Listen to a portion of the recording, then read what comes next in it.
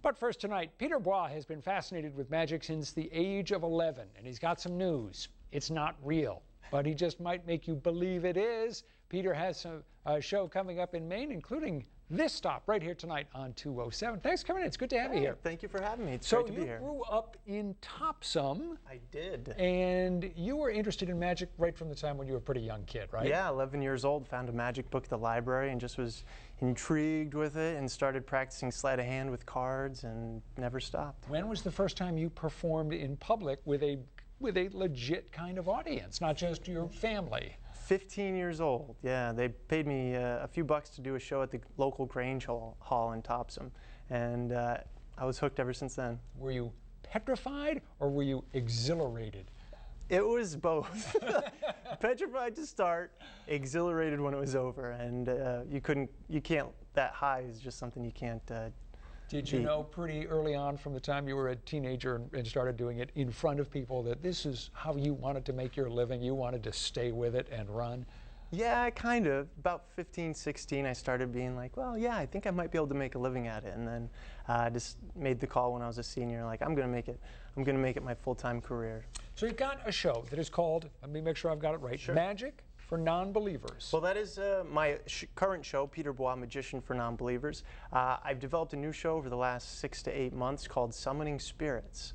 It's a seance meets magic show for a creepy time, and kind of themed around Halloween. All right, and you've got a little sense of what some of your act entails. Yeah, that you're I'd love to show you something. All right. So my show revolves around a lot of different ghost stories from Maine and New England. And before we start, spirits like to do their work in the dark. So I have a handkerchief here. Okay.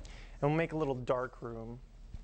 And a couple of crayons and a pack of business cards. Rob, pick a crayon, red or black? Black? Great. The black one goes into the dark room there. Okay. And take the red one and put your initials on the top card there. Very good. And do it on the back as well. Yeah, just great. That'll be yours. Your card goes into the dark room. Now, in my show, one of the stories I talk about is Silas Perkins. He worked at the Kennebunk Inn, one town over from where I live now, and he died at the inn in 1952. And since then, there's been strange and unexplained experiences happened to workers at the inn. And not only was he a worker at the inn, he was actually a poet. He wrote 3 books of poetry. This is one of them. It's actually personally signed by Silas himself. That looks to me like a genuinely old book. It's called Down East Ballads. It is. You can check it out. You can probably still find him online. That's where I found his. Okay. But there are a lot of, as you can see, lots of different poems he wrote in here. And I want you to pick a random page. I'm just going to run through the pages. I want you to call out stop as I do. Stop. Right there. Remember the very first word at the top of the page. Okay. It's an illustration. Oh, okay. Go to the next one. Whatever the very first word is, remember the top. You got it? Got it. Okay, cool. Now, Silas knows every word in this book, and maybe he'll know yours too. So help me out. Just kind of put your hands on the table, kind of surrounding the dark room here. Okay. Silas, if you can hear me, pick up the crayon. Silas, if you can hear me, pick up the crayon. What is Rob's word?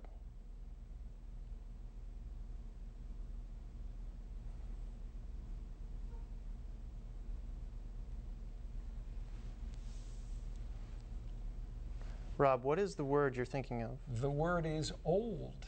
The word is old.